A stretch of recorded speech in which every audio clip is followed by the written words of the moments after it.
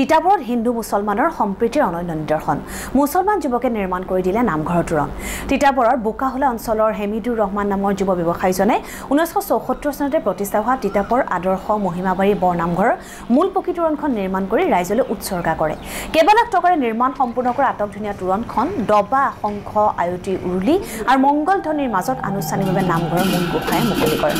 হেমিদুৰ ৰহমানে উক্ত তোৰণখন তেওঁলোকৰ পৰিয়ালৰ ফুৰণত উৎসৰ্গা কৰে নামঘৰলৈ আগবঢ়ালোঁ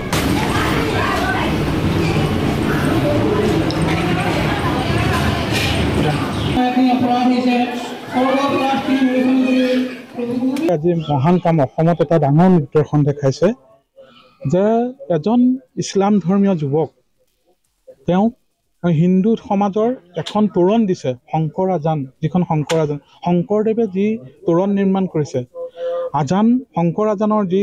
মিলন তাক কিন্তু তেখেতে ফুটাই তুলিছে আৰু তেখেতক আমি আন্তৰিকতাৰে সম্পূৰ্ণ গাঁৱৰ আন্তৰিকতাৰে তেখেতক ধন্যবাদ জনাইছোঁ আমাৰ যি বৈষ্ণৱ ধৰ্মীয় নাম ধৰ্মীয় যি নীতি নিয়ম সেই নীতি নিয়মে তেখেতক আদৰি আনি আমি নামঘৰত তেখেতক বহুৱাই আমাৰ যিখিনি কৰিবলগীয়া আছে আমি কোনো হিন্দু বা মুছলিম বুলি কোনো বিভেদ নাৰাখি মানুহ হিচাপে যে সমাজত মানুহ হিচাপে যে আমি গঢ়ি তুলিব লাগে তাৰ আমি কিন্তু নিদৰ্শন দেখিবলৈ চেষ্টা কৰিছোঁ আৰু মই দাদাক আন্তৰিকতাৰে গোটেই শ্ৰদ্ধা জনাইছোঁ যে এনেকুৱা কাম যাতে তেখেতে আৰু যদি পাৰে নিশ্চয় দিব তেতিয়া অসমখনত হিন্দু মুছলমান বুলি কোনো কথা নাহে আমি সকলোৱে একত্ৰিত হৈ এখন সমাজ পাতি অসমীয়া সমাজ পাতি জীয়াই থকাৰ আমি চেষ্টা কৰিব পাৰোঁ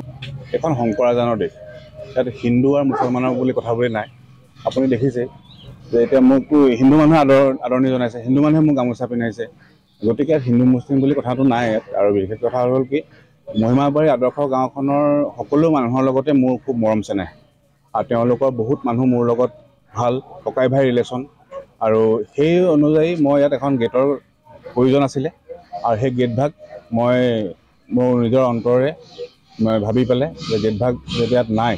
গতিকে গেটভাগ মই দিওঁ সেইবুলি মই দিছোঁ মোৰ দেউতাৰ মানে মোৰ পৰিয়ালবৰ্গৰ ফালৰ পৰা